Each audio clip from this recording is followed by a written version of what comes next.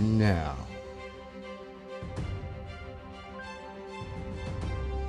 the moment you've been waiting for.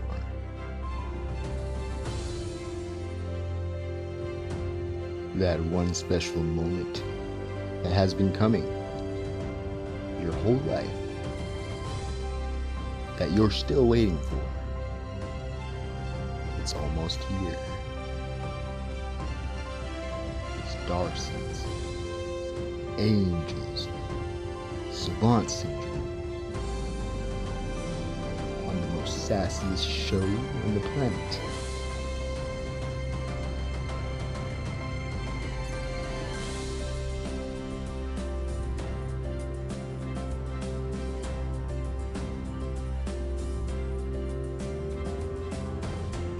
With your host, the Mystic Man.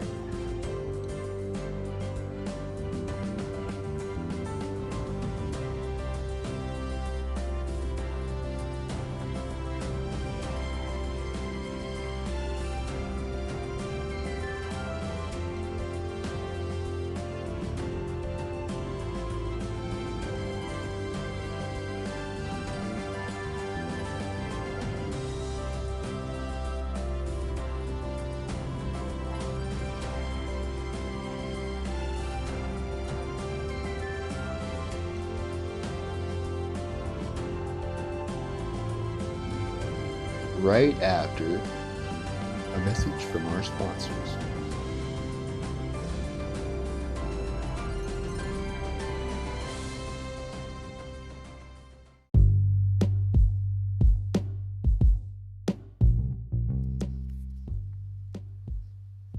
All right, thank you for joining the Mystic Man here, and I bring to you John F. Kennedy.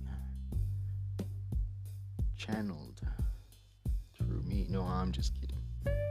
No. But you will hear a speech of his that is one of my favorites. As a young man, I used to listen to this speech almost every other day for many months. And then through the years, I would go back and listen to it again. It's a speech he did on secret societies in a speech to the press, to the media, during very tough times.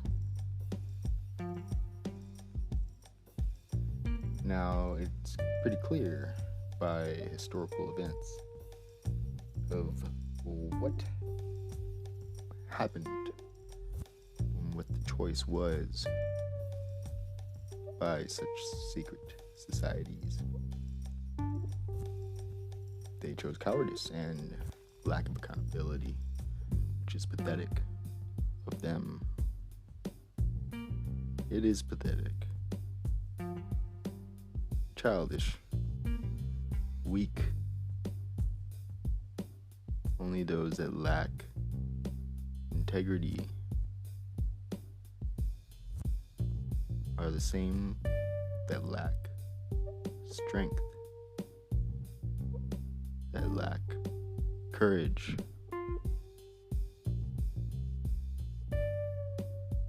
and generally lack IQ, really. I like to say, I don't believe in evil. I believe in good, and then you have stupidity. Because when you look at it, all the acts of evil, of actions that are despicable or wicked or crooked,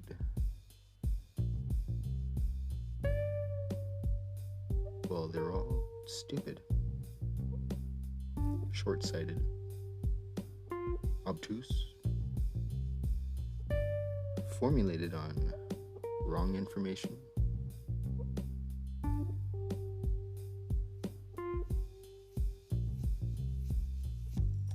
or based out of fear.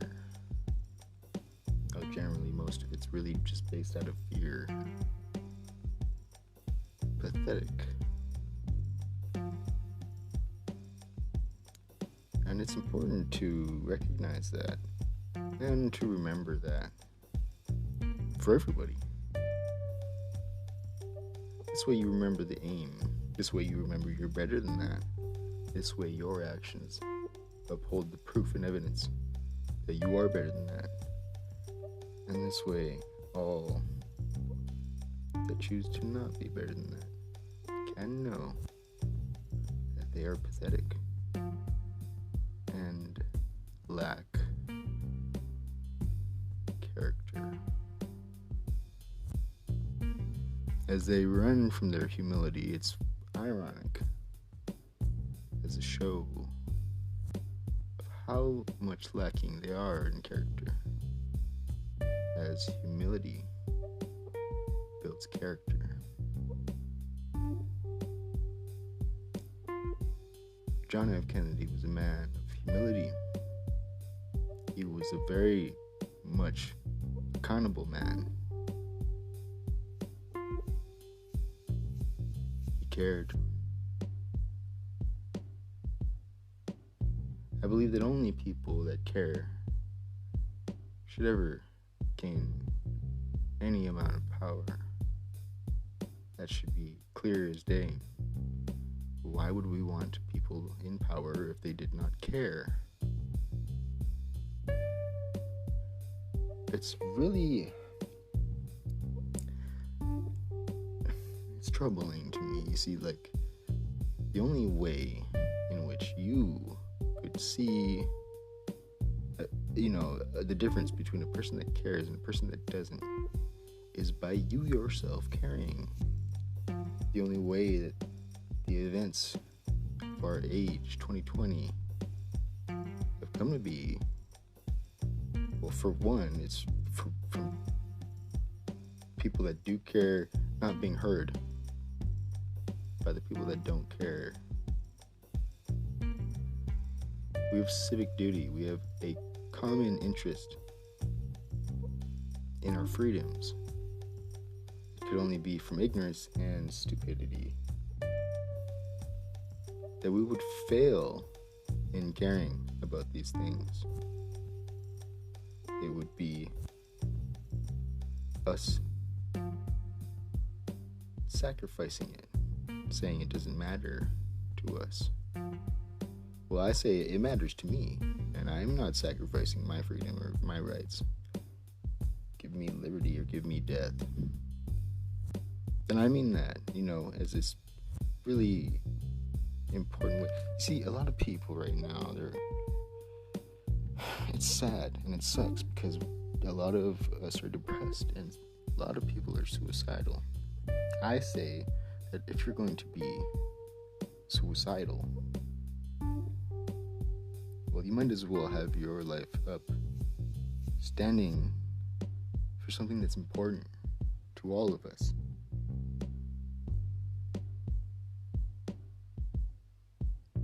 If you have a problem with the world or with anybody, you have to speak up. Otherwise, you're choosing it. If you don't let your voice be heard, then you don't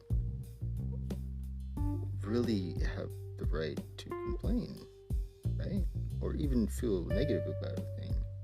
Because the thing is that you do have a voice, and it does matter. Even if it's just so much as you voicing it, your political, personal opinion to a friend or to a stranger or to family. That is important. Nowadays, a lot of people, they don't want to talk about these kinds of things. For one, because they don't know too much about it, which is not a good idea. You should know, you should learn, you should try to learn. It's never too late to start. Please, start paying attention to politics. Start paying attention. And pay some attention to the news, too. Don't be biased. Don't go to one news source. Don't do that. Don't do that. That's how we're getting played right now. Pay attention to it all. Everything.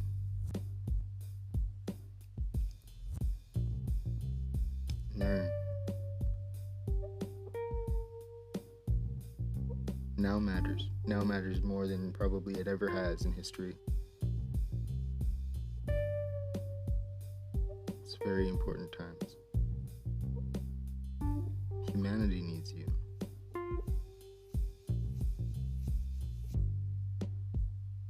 If you're scared or afraid, ask for support. Humanity, by our inner nature, by our true nature, aims to support one another. Ohana means family. Hana means work. There's a reason why the words are put together.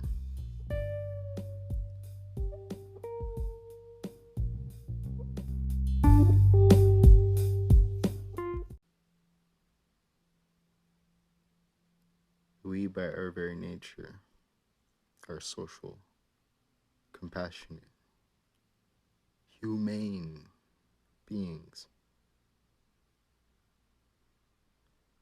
Just because everybody else might lack in a thing at any time, that's not a good idea to also to lack it. No, don't let anybody be your excuse to be like them. As Krishnamurti once said, to be well adjusted to a profoundly sick society is by no means a measure of good health.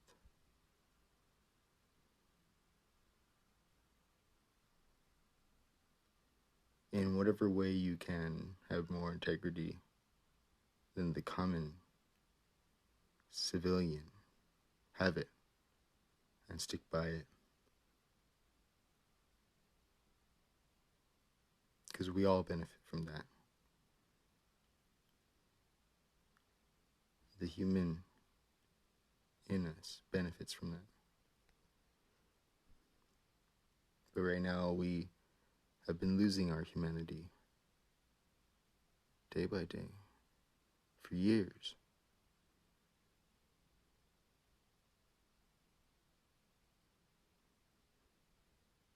We need you.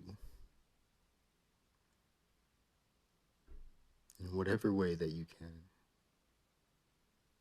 In the way that you specifically can. And in the way that you know how to do. We need you to be that.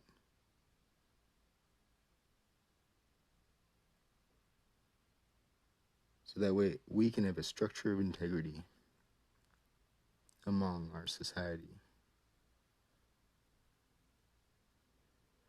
One by the foundation of freedom and justice, by the Constitution, which created the platform and foundation of this entire country of the Americas. Now, I don't aim to say, like some arrogant politicians do, claim that this country is any better than any other country. I myself am a dual citizen with Canada, and I was raised in Hawaii, where we over there didn't really care much for the mainland and the evil ways of the people on the mainland.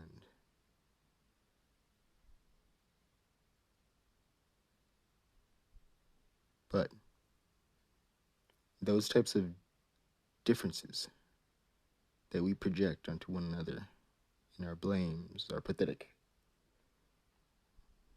Those are our weaknesses. I find that when I moved here to California, it was not like I thought it was. Because here, at least in California, I can say and speak for, it is a cultural mixing pot of many different ethnicities from all over the world. We probably have more Indians here than many cities in India. We probably have more Mexicans here than many cities in Mexico. We probably have more Vietnamese here than many cities in Vietnam. We have a heck of a lot of Filipinos. And as a part Filipino with over 100 cousins, whose father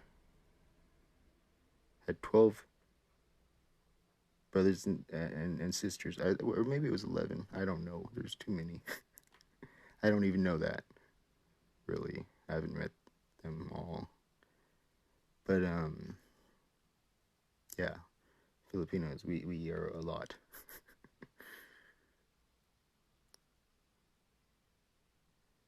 And in California,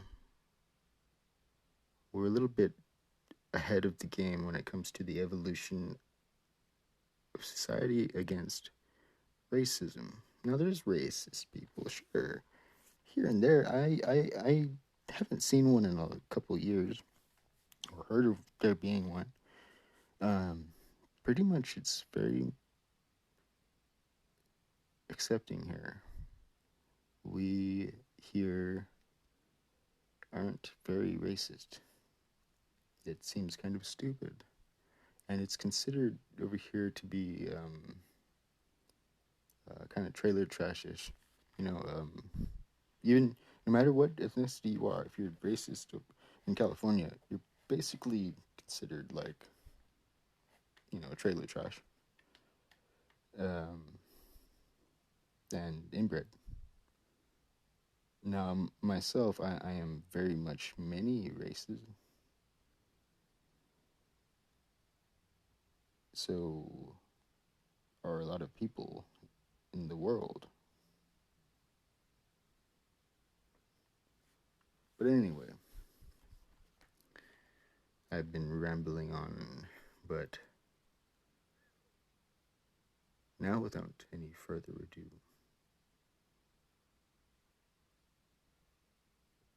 President John F. Kennedy, on his famous speech about secret societies and the press and the role of the press.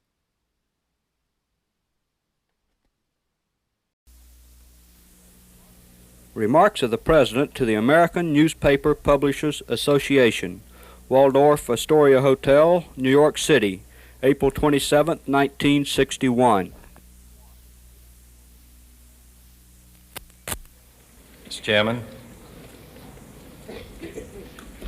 ladies and gentlemen, I appreciate very much your generous invitation to be here tonight. You bear heavy responsibilities these days, and the article I read some time ago reminded me of how particularly heavily the burdens of present-day events bear upon your profession.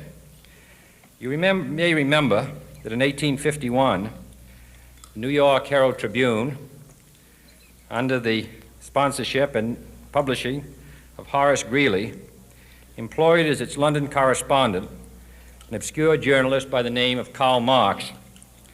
We are told that foreign correspondent Marx, stone broke, and with a family ill and undernourished, constantly appealed to Greeley and managing editor Charles Dana for an increase in his munificent salary of $5 per installment, a salary which he and Ingalls ungratefully labeled as the lousiest petty bourgeois cheating.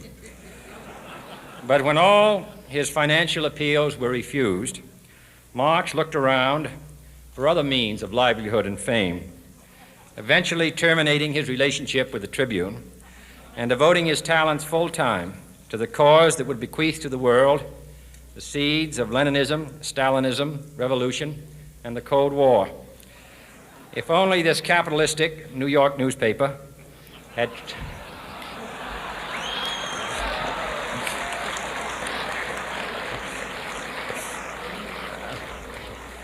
treated him more kindly, if only Marx had remained a foreign correspondent, history might have been different. And I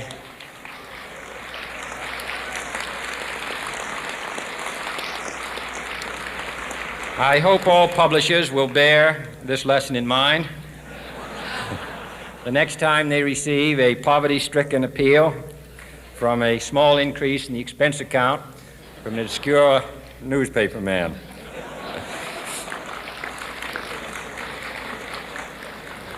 I have selected as the title of my remarks tonight, "The President and the Press."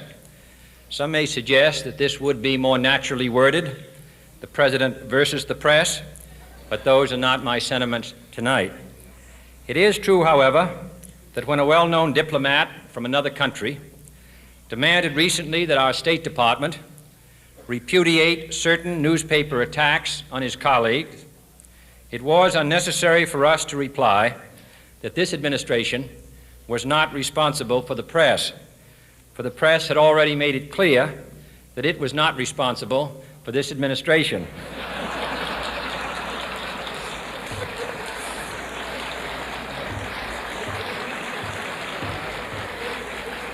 Nevertheless, my purpose here tonight is not to deliver the usual assault on the so-called one-party press. On the contrary, in recent months, I have rarely heard any complaints about political bias in the press except from a few Republicans. Nor is it my purpose tonight to discuss or defend the televising of presidential press conferences. I think it is highly beneficial to have some 20 million Americans regularly sit in on these conferences to observe, if I may say so, the incisive, the intelligent, and the courteous qualities displayed by your Washington correspondents. Nor, finally, are these remarks intended to examine the proper degree of privacy which the press should allow to any president and his family. If, in the last few months, your White House reporters and photographers have been attending church services with regularity, that has surely done them no harm.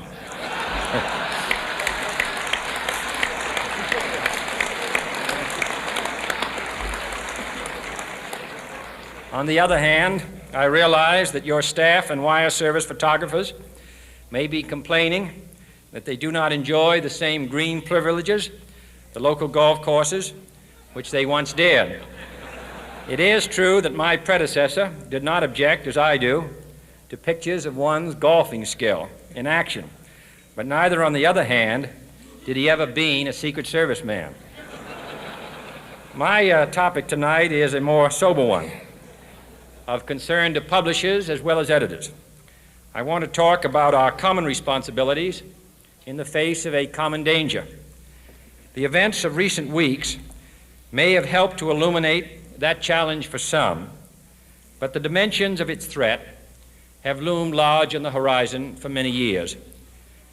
Whatever our hopes may be for the future, for reducing this threat or living with it, there is no escaping either the gravity or the totality of its challenge to our survival and to our security, a challenge that confronts us in unaccustomed ways in every sphere of human activity. This deadly challenge imposes upon our society two requirements of direct concern, both to the press and to the President. Two requirements that may seem almost contradictory in tone, but which must be reconciled and fulfilled if we are to meet this national peril. I refer first to the need for far greater public information, and second, to the need for far greater official secrecy. The very word secrecy is repugnant in a free and open society, and we are, as a people, inherently and historically opposed to secret societies, to secret oaths, and to secret proceedings.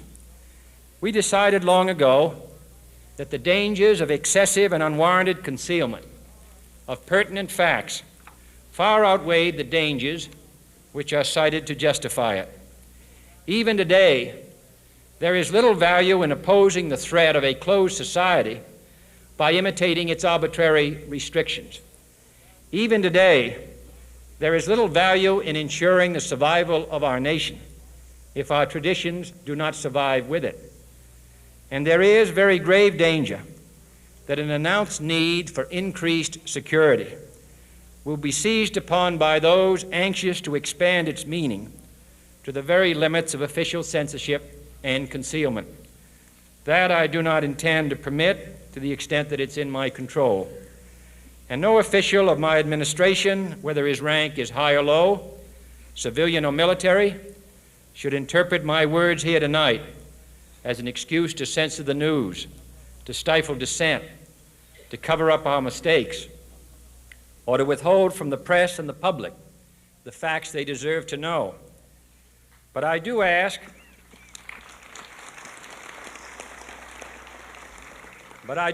every publisher, every editor, and every newsman in the nation to re-examine his own standards and to recognize the nature of our country's peril. In time of war, the government and the press have customarily joined in an effort based largely on self-discipline to prevent unauthorized disclosures to the enemy. In times of clear and present danger, the courts have held that even the privileged rights of the First Amendment must yield to the public's need for national security. Today, no war has been declared, and however fierce the struggle may be, it may never be declared in the traditional fashion. Our way of life is under attack. Those who make themselves our enemy are advancing around the globe. The survival of our friends is in danger, and yet no war has been declared. No borders have been crossed by marching troops. No missiles have been fired. If the press is awaiting a declaration of war before it imposes the self-discipline of combat conditions, then I can only say that no war ever posed a greater threat to our security. If you are awaiting a finding of clear and present danger, then I can only say that the danger has never been more clear, and its presence has never been more imminent. It requires a change in outlook, a change in tactics, a change in missions by the government, by the people, by every businessman or labor leader, and by every newspaper. For we are opposed around the world by a monolithic and ruthless conspiracy that relies primarily on covert means for expanding its sphere of influence, on infiltration instead of invasion, on subversion instead of elections, on intimidation instead of free choice, on guerrillas by night instead of armies by day. It is a system which has conscripted vast human and material resources into the building of a tightly knit, highly efficient machine that combines military, diplomatic, intelligence, economic, scientific, and political operations. Its preparations are concealed, not published.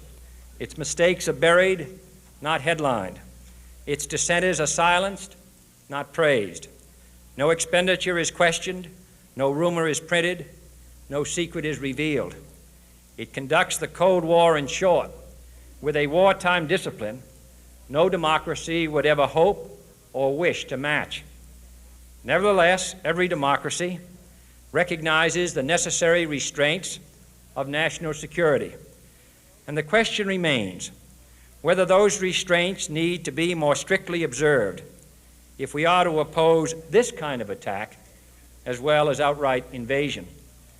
For the facts of the matter are that this nation's foes have openly boasted of acquiring through our newspapers information they would otherwise hire agents to acquire through theft, bribery, or espionage, that details of this nation's covert preparations to counter the enemy's covert operations have been available to every newspaper reader, friend and foe alike, that the size, the strength, the location, and the nature of our forces and weapons, and our plans and strategy for their use have all been pinpointed in the press and other news media to a degree sufficient to satisfy any foreign power.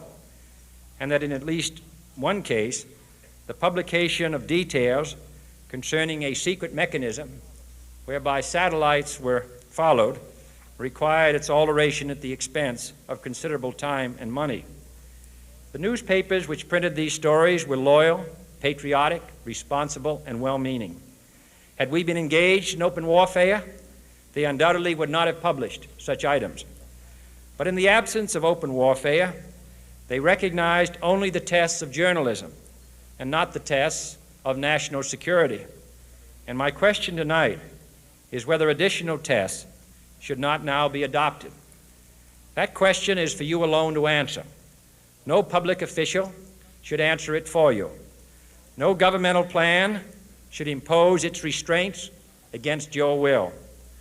But I would be failing in my duty to the nation in considering all of the responsibilities that we now bear and all of the means at hand to meet those responsibilities if I did not commend this problem to your attention and urge its thoughtful consideration. On many earlier occasions I have said, and your newspapers have constantly said, that these are times that appeal to every citizen's sense of sacrifice and self-discipline. They call out to every citizen to weigh his rights and comforts against his obligations to the common good. I cannot now believe that those citizens who serve in the newspaper business consider themselves exempt from that appeal. I have no intention of establishing a new Office of War Information to govern the flow of news. I am not suggesting any new forms of censorship or new types of security classifications. I have no easy answer to the dilemma that I have posed and would not seek to impose it if I had one. But I am asking the members of the newspaper profession and the industry in this country to re-examine their own responsibilities, to consider the degree and the nature of the present danger, and to heed the duty of self-restraint, which that danger imposes upon us all. Every newspaper now asks itself, with respect to every story, is it news? All I suggest is that you add the question, is it in the interest of national security?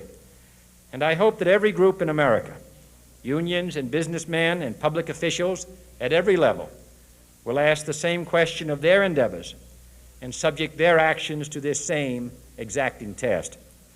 And should the press of America consider and recommend the voluntary assumption of specific new steps or machinery, I can assure you that we will cooperate wholeheartedly with those recommendations.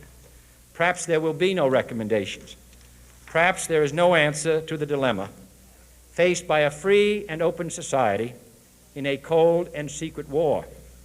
In times of peace, any discussion of this subject and any action that results are both painful and without precedent. But this is a time of peace and peril which knows no precedent in history. It is the unprecedented nature of this challenge that also gives rise to your second obligation, an obligation which I share, and that is our obligation to inform and alert the American people, to make certain that they possess all the facts that they need and understand them as well, the perils, the prospects, the purposes of our program, and the choices that we face. No president should fear public scrutiny of his program, for from that scrutiny comes understanding, and from that understanding comes support or opposition, and both are necessary. I am not asking your newspapers to support an administration, but I am asking your help in the tremendous task of informing and alerting the American people. For I have complete confidence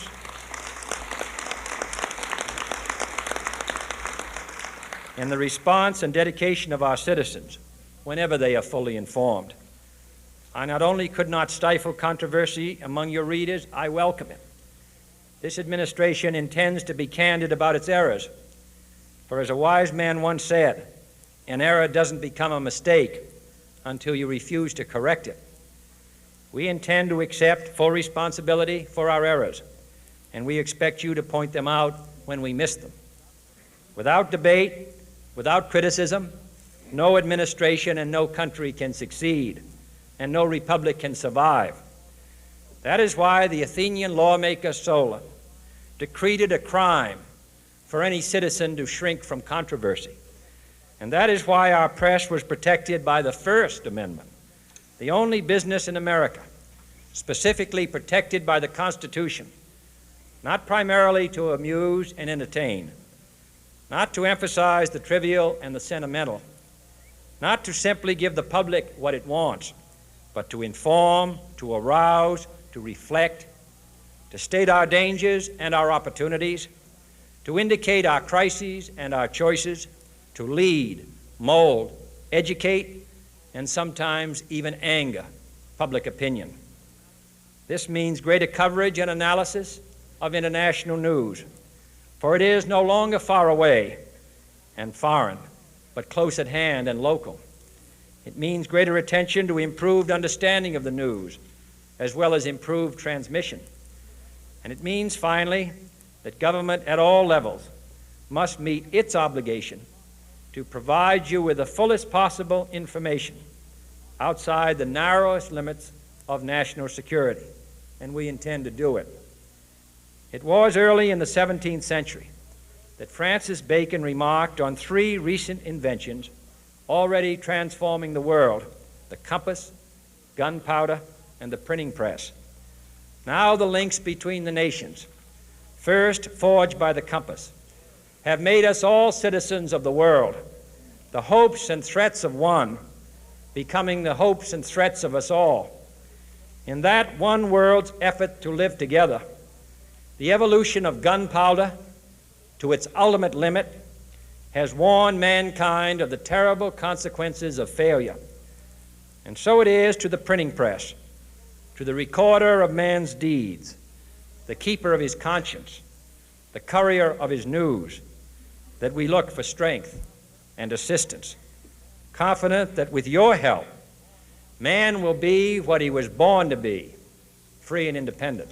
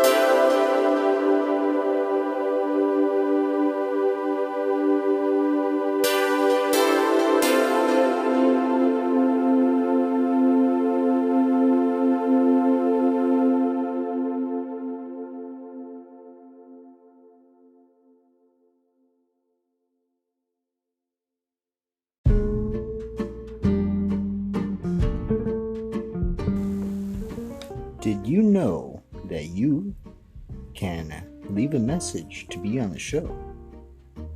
That's right, you can.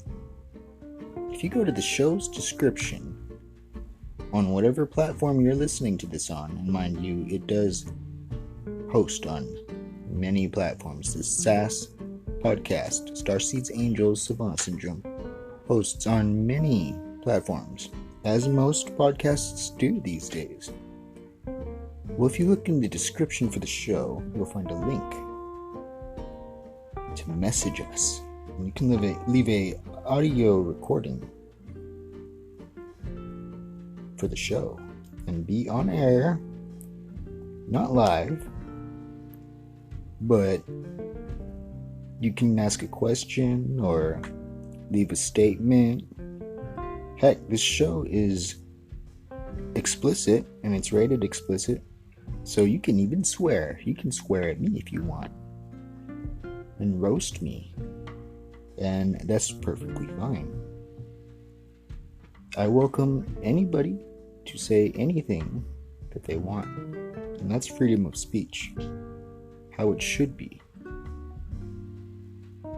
I don't know if there's a time limit on the audio recording that you're allowed to record with, but try to keep it a little bit short. I'd say at least under like half an hour, if that's okay with you.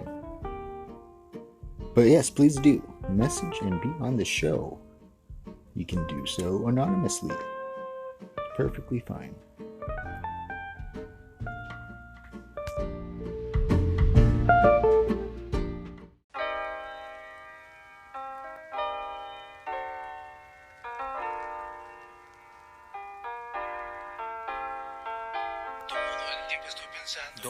Todos los días queriendo morir. No me pregunto si piensas en mí. Llega la noche y no puedo dormir. Todo se marchita en mí. Yo muero por tenerte y tú no estás aquí. Te espero y no te veo venir. Respiro pero juro no quiero seguir. Todo el tiempo estoy pensando en ti. Todos los días queriendo morir. No me pregunto si piensas en mí. Llega la noche y no puedo dormir. Todo se marchita en mí. Yo muero por tenerte y tú no estás aquí. Te espero y no te veo venir. Respiro pero juro no quiero seguir. Me levanto y tu recuerdo me golpea. La imagen de tu rostro en mi mente se pasea. Me boxea, el recordarte me noquea. Amarte y no tenerte, qué situación más fea. Un infierno, estoy viviendo un infierno. Y en plena primavera yo sufriendo frío de invierno. Enfermo, me siento peor que un enfermo. No como, solo fumo, solo bebo y ya no duermo. Me estoy muriendo porque tú no estás. Es que olvidarte no me creo capaz. Dejé mi vida por correr detrás. De día a noche ya no encuentro paz. Te extraño baby cada día más. Daría la vida por volver atrás. Por tu sonrisa y por tus caderas. Yo te amo baby. Todo el tiempo estoy pensando en ti. Todos los días queriendo morir. Si piensas en mí. Llega la noche y no puedo dormir. Todo se marchita en mí. Yo muero por tenerte y tú estás aquí. Te espero y no te veo venir. No. Respiro pero juro no quiero seguir. Me está pesando en demasiado tu despedida. Porque te fuiste sin te di toda mi vida. Me siento solo en laberinto sin salida. Tú te marchaste y me dejaste una herida. Ahora camino cabizbajo y confundido. No soy el mismo, mi sonrisa se ha perdido. No dejo de pensar en todo lo vivido. Y me quiere que tú me tires al olvido. ¿Por qué te espero si no volverás? ¿Por qué te llamo si no contestas? ¿Por qué te escribo si no me verás? ¿Por qué te canto si no escucharás? Quiero olvidarte más vives en mí. Quiero volar y dejar de sufrir. Quiero aceptar que esto llegó a su fin. Y que sea hasta la última canción que yo hago para ti. Todo el tiempo estoy pensando en ti. Todos los días queriendo morir. No me pregunto si piensas en mí. Llega la noche y no puedo dormir. Todo se marchita en mí. Yo muero por tenerte y tú no estás aquí. Te espero y no te veo venir. Respiro pero juro no quiero seguir. Gracias, me voy dándote las gracias. Te amo, yo fui tuyo sin mentiras ni falacias. Sabes todo lo que significas. Y vete, vuela alto si crees que aquí te intoxicas. Corre, busca un sueño más bonito. Me romperás el alma, más de tu vida me quito. Me voy, sin sentido y sin razón. Destruido, muerto en vida y en pedazos corazón. Todo el tiempo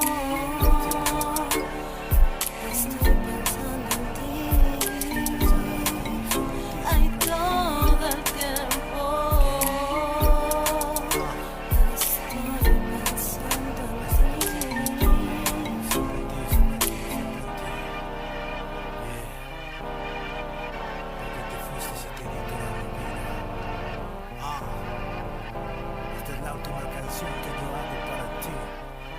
Check this out, baby.